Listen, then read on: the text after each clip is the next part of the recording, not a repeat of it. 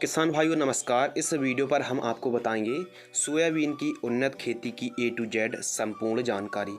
इस वीडियो पर हम आपको बताएंगे खेत तैयार, उन्नत किस्में, खाद का शेड्यूल, स्प्रे शेड्यूल, लागत और उत्पादन। साथ ही हम बात करेंगे कीटों की रोकथाम और फंगस आने वाली जो समस्याएं हैं उन्हें हम कैसे समय रहते नियंत्रण और कंट्रोल कर सकते हैं।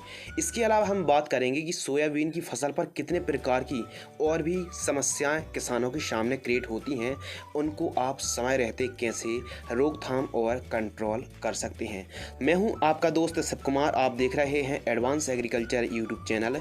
इसी प्रकार की कृषि कार्य से जुड़ी जानकारी प्राप्त करने के लिए आप इस चैनल को सब्सक्राइब कर सकते हैं।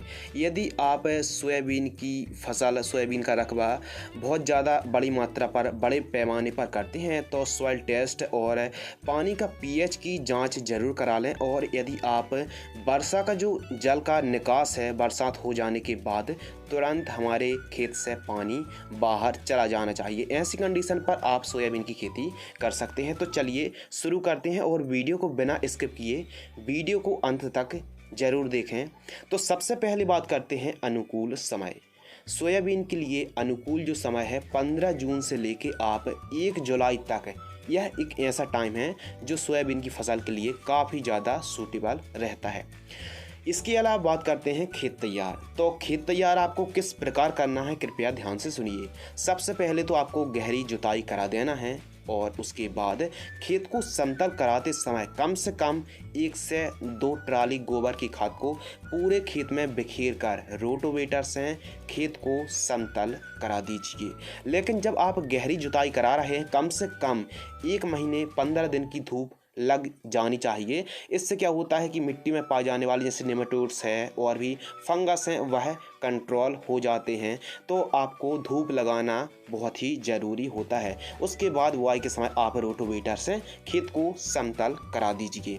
इसके अलावा बात करते हैं, काफ़ी महत्वपूर्ण टॉपिक है और किसान भाइयों के कमेंट आते हैं इस टॉपिक पर भी कि उन्नत किस्मों के बारे में बताइए। देखिए, उन्नत किस्मों के बारे में बताना एक अलग बात है, लेकिन यह निर्भर करता है सॉइल पर यानी मिट्टी पर, टेम्परेचर पर और अलग अलग जो राज्यों का क्लाइमेट्स होता है उस पर निर्भर करता है। लेकिन फिर भी जो जैसे एमपी के हिसाब से उन्नत किस्में हैं, हम उन्हीं उन्नत किस्मों के बारे में बता रहे हैं। यदि आपके हिसाब से कोई और भी बेस्ट वैरायटी है तो आप कमेंट सेक्शन में ज़रूर बताएं। नंबर 1 GS 2034, इसके अलावा GS 2069, JS 9560, JS 2029 और VS 6124 जैसी बढ़िया वैरायटी हैं। आप इनको लगा सकते हैं, इनकी बुआई कर सकते हैं। इसके अलावा बात करते हैं प्रति एकड़ सीड्स रिक्वायरमेंट, यानी प्रति एकड़ हमको कितना बीज लग जाता है। तो लगभग 40 से 45 किलोग्राम के आसपास हमको प्रति एकड़ की दर से बीज लग जाता है, बीज की आवश्यकता पड़ती है। और इस वीडियो पर हम आपको जो जानकारी प्रदान कर रहे हैं सारी की सारी प्रति एकड़ की दर से दी जा रही है। इसके अलावा बात करते हैं बुआई के समय खाद, जिसे हम बेसल डोज कहते हैं, काफ़ी महत्वपूर्ण टॉपिक है, ध्यान से सुनिए। DAP जब आप बुआई कर रहे हैं तो DAP डायमोनियम फॉस्फेट 50 किलोग्राम लेना है और सिंगल सुपर फॉस्फेट SSP दानेदार 50 kg और MOP muriate of potash 25 kilogram, इन सबको मिक्स करके जब आप बुआई कर रहे हों उस समय इन खादों का आप इस्तेमाल कर सकते हैं। इसके अलावा बात करते हैं बीज उपचार, और बीज उपचार करना बहुत ही ज़रूरी होता है सोयाबीन का। तो बीज उपचार के लिए कई प्रकार की कीटनाशक, कई प्रकार की फंगिसाइड मार्केट में अवेलेबल हैं जो काफ़ी समय से अच्छा रिजल्ट देती आ रही हैं। जैसे BASF कंपनी की झेलोरा फंगिसाइड के भी काफ़ी अच्छे रिजल्ट हैं। आप इस फंगिसाइड से भी बीजों को उपचार कर सकते हैं। इसके अलावा बायर कंपनी की गाउछो आती है, इससे भी आप बीजों का उपचार कर सकते हैं। बात करते हैं अगले टॉपिक के बारे में, खरपतवार की रोकथाम। तो जैसे बुआई के समय जैसे ही आपने बुआई की है तो 72 घंटों के अंदर जो प्री इमर्जिंग हार्बिसाइड आती है उनका भी आप स्प्रे कर सकते हैं। अब जो काफ़ी ज़्यादा पॉपुलर है जैसे बेलर 32 आती है जिसमें पेंडामेथलिन और एमोजी थापर का एक कॉम्बिनेशन है। बेलर 32 जैसी मान लीजिए आपने बुआई की है, बुआई के जस्ट बाद 2-4 घंटे बाद आप बेलर 32 यानी प्री इमर्जिंग खरपतवार नाशक का स्प्रे कर सकते हैं। 200 लीटर पानी में 1 लीटर की दर से बुआई के तुरंत बाद आप स्प्रे कर दीजिए। और मान लीजिए आप बुआई के समय ही 72 घंटों के अंदर प्री इमर्जिंग खरपतवार नाशक को स्प्रे नहीं कर पाए हैं, तो जैसे ही आपकी सोयाबीन की फसल 20 से 25 दिन के आसपास की होती है बुआई से, तो आप खरपतवार नाशक का स्प्रे कर सकते हैं जैसे एजिल, फ्यूजीफ्लेक्सी, साकेत, ओडेसी और आरएस जैसी मार्केट में बहुत सारे खरपतवार नाशक आते हैं।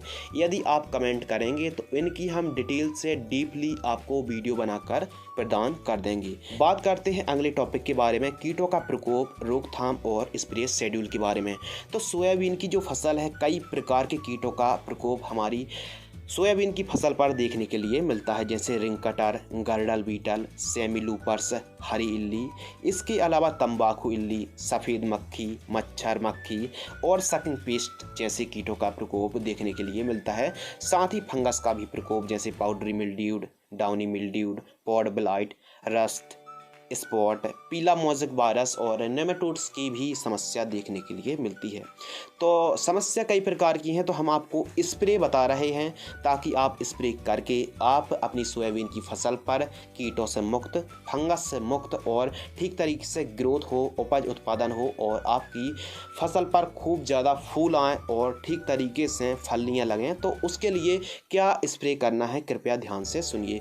फर्स्ट स्प्रे, सोयाबीन की फसल जब बुआई से लगभग 25 दिन के आसपास की होती है, पोषक सुपर लेना है आपको 200 ml। यह एक प्रकार की प्लांट ग्रोथ प्रमोटर है। और साथ ही यूपीएल कंपनी की एटाब्रोन 300 ml लेना है और ट्राइजोफॉस 44 EC 300 ml लेना है। इन तीनों को मिक्स करना है, 150 से 200 लीटर पानी में प्रति एकड़ की दर से स्प्रे कर देना है। अब किसान भाइयों में कन्फ्यूजन होती है, कुछ इस प्रकार आप समझ लीजिए। 15 लीटर पानी में आपको पोषक सुपर लेना है 20 ml, एटाब्रोन लेना है 30 ml और ट्राइजोफॉस को लेना है आपको 30 ml की दर से आप स्प्रे कर दीजिए। बात करते हैं सेकंड स्प्रे के बारे में। तो जैसे ही सोयाबीन की फसल 42 से 45 दिन की होती है, हमको सेकंड स्प्रे करना चाहिए। अब सेकंड स्प्रे पर एक ऐसी स्टेज होती है हमारी सोयाबीन की फसल जब 42-45 दिन की होती है, तो इल्ली का, सेमी लूपर्स का और रिंग कटर का सबसे बड़ी मात्रा पर प्रकोप होता है। यदि हमने अपनी सोयाबीन की फसल पर इस समय सेमी लूपर्स को यदि कंट्रोल नहीं किया है तो काफ़ी ज़्यादा गिरावट आ सकती है उत्पादन में। तो ऐसी कंडीशन पर आपको क्या स्प्रे करना है, एम्प्लीगो लेना है 80 ml और उसके साथ आपको एक फ्लावर के लिए टॉनिक लेना है फेंटाक प्लस 100 ml लेना है और साथ ही एक फंगिसाइड, स्वाधीन फंगिसाइड जिसमें टेबुकोनजोल और सल्फर का कॉम्बिनेशन है 300 ग्राम लेना है। और उसके साथ चाहें तो आप जैसे फसल हरी भरी करने के लिए NPK 19-19-19 1 किलोग्राम, इन तीन चारों को मिक्स करके स्प्रे कर दीजिए 200 लीटर पानी में। याद रखना है यदि बरसात का सीजन है, स्टिकर जरूर मिला लीजिए ताकि जो आप जो भी स्प्रे कर रहे हैं लंबे समय तक पत्तों पर चिपका रहे और रिजल्ट हमको पर्याप्त मिल सके। बात करते हैं थर्ड स्प्रे के बारे में। तो जैसे ही आपकी सोयाबीन की फसल 60 से 65 दिन की होती है, आपको तीसरा स्प्रे करना चाहिए। थर्ड स्प्रे जब 60-65 दिन की आपकी सोयाबीन की फसल होती है तो फल्ली को काटने वाली इल्ली का प्रकोप काफ़ी गंभीर, काफ़ी बड़ी समस्या होती है। तो आपको एक अच्छी कीटनाशक स्प्रे करना है बायर कंपनी की फेम, जिसमें फ्लूवेंडियामाइड का कॉम्बिनेशन है। फेम को लेना है आपको 50 ml और एक फंगिसाइड ले लीजिए। फंगिसाइड लेना है आपको फोलिकोल ले लीजिए आप 200 ml। इन दोनों को मिक्स करके 150 से 200 लीटर पानी में मिलाकर प्रति एकड़ की दर से स्प्रे कर दीजिए। ये थे 3 स्प्रे जो काफ़ी ज़्यादा ज़रूरी होते हैं यदि आपको ठीक तरीके से उपज उत्पादन लेना है और कीटों को मुक्त रखना है और फसल भी ठीक तरीके से ग्रोथ होगी और फल फूलों की संख्या अधिक आएगी। जब आपकी सोयाबीन की फसल पर लगभग 5% फ्लावरिंग स्टेज पर आपकी क्रॉप हो तो आप गोदरेज डबल का स्प्रे कर सकते हैं। अब गोदरेज डबल पर होमोब्रिसिनोलाइड है, एक हार्मोन्स है जो अधिक से अधिक दानों को भरने का काम करता है, अधिक से अधिक फलियों को लाता है। तो आप होमोब्रिसिनोलाइड को 150 ml कब करना है स्प्रे, जब सोयाबीन की फसल पर फ्लावर 5% के आसपास दिखने लगे तब आप स्प्रे कर सकते हैं। और यदि सोयाबीन सोयाबीन की फसल ज़रूरत से जब ज़्यादा हाइट हो, आपने सब खाद देने के बाद भी जब ज़रूरत से ज़्यादा हाइट हो रही हो, फल फूल उतने अच्छे ना आ रहे हों, तो ऐसी कंडीशन पर आप एक पीजीआर का स्प्रे कर सकते हैं, प्लांट ग्रोथ रेगुलेटर। अब कौन सा पीजीआर अच्छा रहेगा? लिहोसिन को स्प्रे कर सकते हैं या तो आप चमत्कार का स्प्रे कर सकते हैं। इसके अलावा बात करते हैं खाद का शेड्यूल, जो काफ़ी ज़्यादा इम्पोर्टेंट है, काफ़ी ज़्यादा महत्वपूर्ण अहम भूमिका रोल निभाता है उपज बढ़ाने के लिए। तो हमको कौन सी खादों को जड़ों के पास देकर सिंचाई करना चाहिए? फर्स्ट खाद हमको देना है बुआई से लगभग 20 से 25 दिन की हमारी सोयाबीन की फसल होती है तो 30 किलोग्राम यूरिया और उसके साथ आपको देना है सल्फर देना है 5 किलोग्राम। अब सल्फर का क्या काम होता है? देखिए, दलहनी और तिलहनी क्रॉप पर जो सल्फर की काफ़ी ज़्यादा अहम भूमिका रहती है, तो सल्फर आप, क्योंकि सोयाबीन तिलहनी फसल है, तो आप सल्फर को ज़रूर इस्तेमाल करें। इसके अलावा 5 किलोग्राम आप सूक्ष्म पोषक तत्व युक्त खाद यानी माइक्रो न्यूट्रिएंट को 5 किलोग्राम इन तीनों को मिक्स करके प्रति एकड़ की दर से जड़ों के पास देकर सिंचाई कर दीजिए। इसके अलावा सेकंड खाद, जब हमारी सोयाबीन की फसल 45 दिन के आसपास की होती है तो हमको सेकंड फर्टिलाइजर्स देना चाहिए। अब सेकंड खाद पर आपको कौन सी खादों का इस्तेमाल करना है? 8 किलोग्राम कैल्शियम नाइट्रेट और 8 किलोग्राम सागरिका दानेदार को, इन दोनों को मिक्स करके प्रति एकड़ की दर से देकर सिंचाई कर दीजिए। और तीसरी खाद आपको देना है थर्ड, जो डोज है खादों का आपको देना है थर्ड, जब 60 दिन के आसपास की सोयाबीन की फसल होती है तो जिंक सल्फेट 5 किलोग्राम और इसके अलावा NPK 0050 यानी पोटेशियम सल्फेट 5 किलोग्राम, इन दोनों को मिक्स करके प्रति एकड़ की दर से दीजिए और सिंचाई कर दीजिए। तो इन खादों पर हमने जैसे यूरिया है, सिंगल सुपर फॉस्फेट है, सल्फर है, माइक्रो न्यूट्रिएंट भी शामिल है, कैल्शियम नाइट्रेट भी है, सागरिका दानेदार है, इसके अलावा जिंक सल्फेट है और पोटेशियम सल्फेट जैसी खादों को हमने मिक्स किया है, जो सोयाबीन में उपज और उत्पादन बढ़ाने के लिए काफ़ी ज़्यादा रोल निभाती है। अब उत्पादन की बात करें तो देखिए, यह मिट्टी पर निर्भर करता है आपने कौन सी खादों को दिया।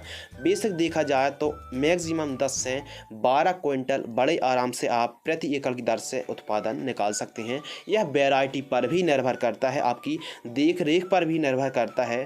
तो लागत की अगर बात करें तो यदि आप, जैसे आपको सीड्स खरीदना पड़ेगा, स्प्रे का आपको खर्च जाएगा, खाद का शेड्यूल का खर्च जाएगा, तो लगभग सभी किसानों को पता है कि कितनी लागत लगती है। इसके अलावा बात करते हैं सबसे बड़ी समस्या कौन सी आती है?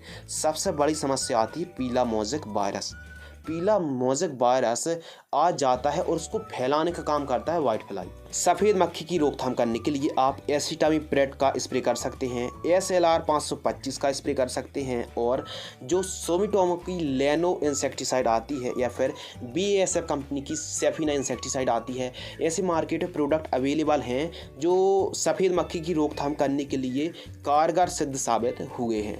तो कुछ इस प्रकार यदि आप सोयाबीन की खेती करेंगे, पीला मोज़ेक वायरस से अपनी फसल को बचा कर रखते हैं, क्योंकि जब तक आप पीला मोज़ेक वायरस से अपनी फसल को नहीं बचा पाते हैं तो आपकी फसल पूरी पीली पड़ जाएगी और उपज उत्पादन निकाल पाना काफ़ी ज़्यादा मुश्किल सिद्ध साबित हो सकता है। तो किसान भाइयों, आज की इस वीडियो पर हमने आपको सोयाबीन की A to Z संपूर्ण जानकारी बताई। यदि आपको यह वीडियो पसंद आती है तो वीडियो को आप ज़रूर लाइक करें। नेक्स्ट और इंटरेस्टिंग, काफ़ी महत्वपूर्ण और नॉलेजेबल जानकारी के साथ, तब तक के लिए धन्यवाद। जय जवान जय किसान।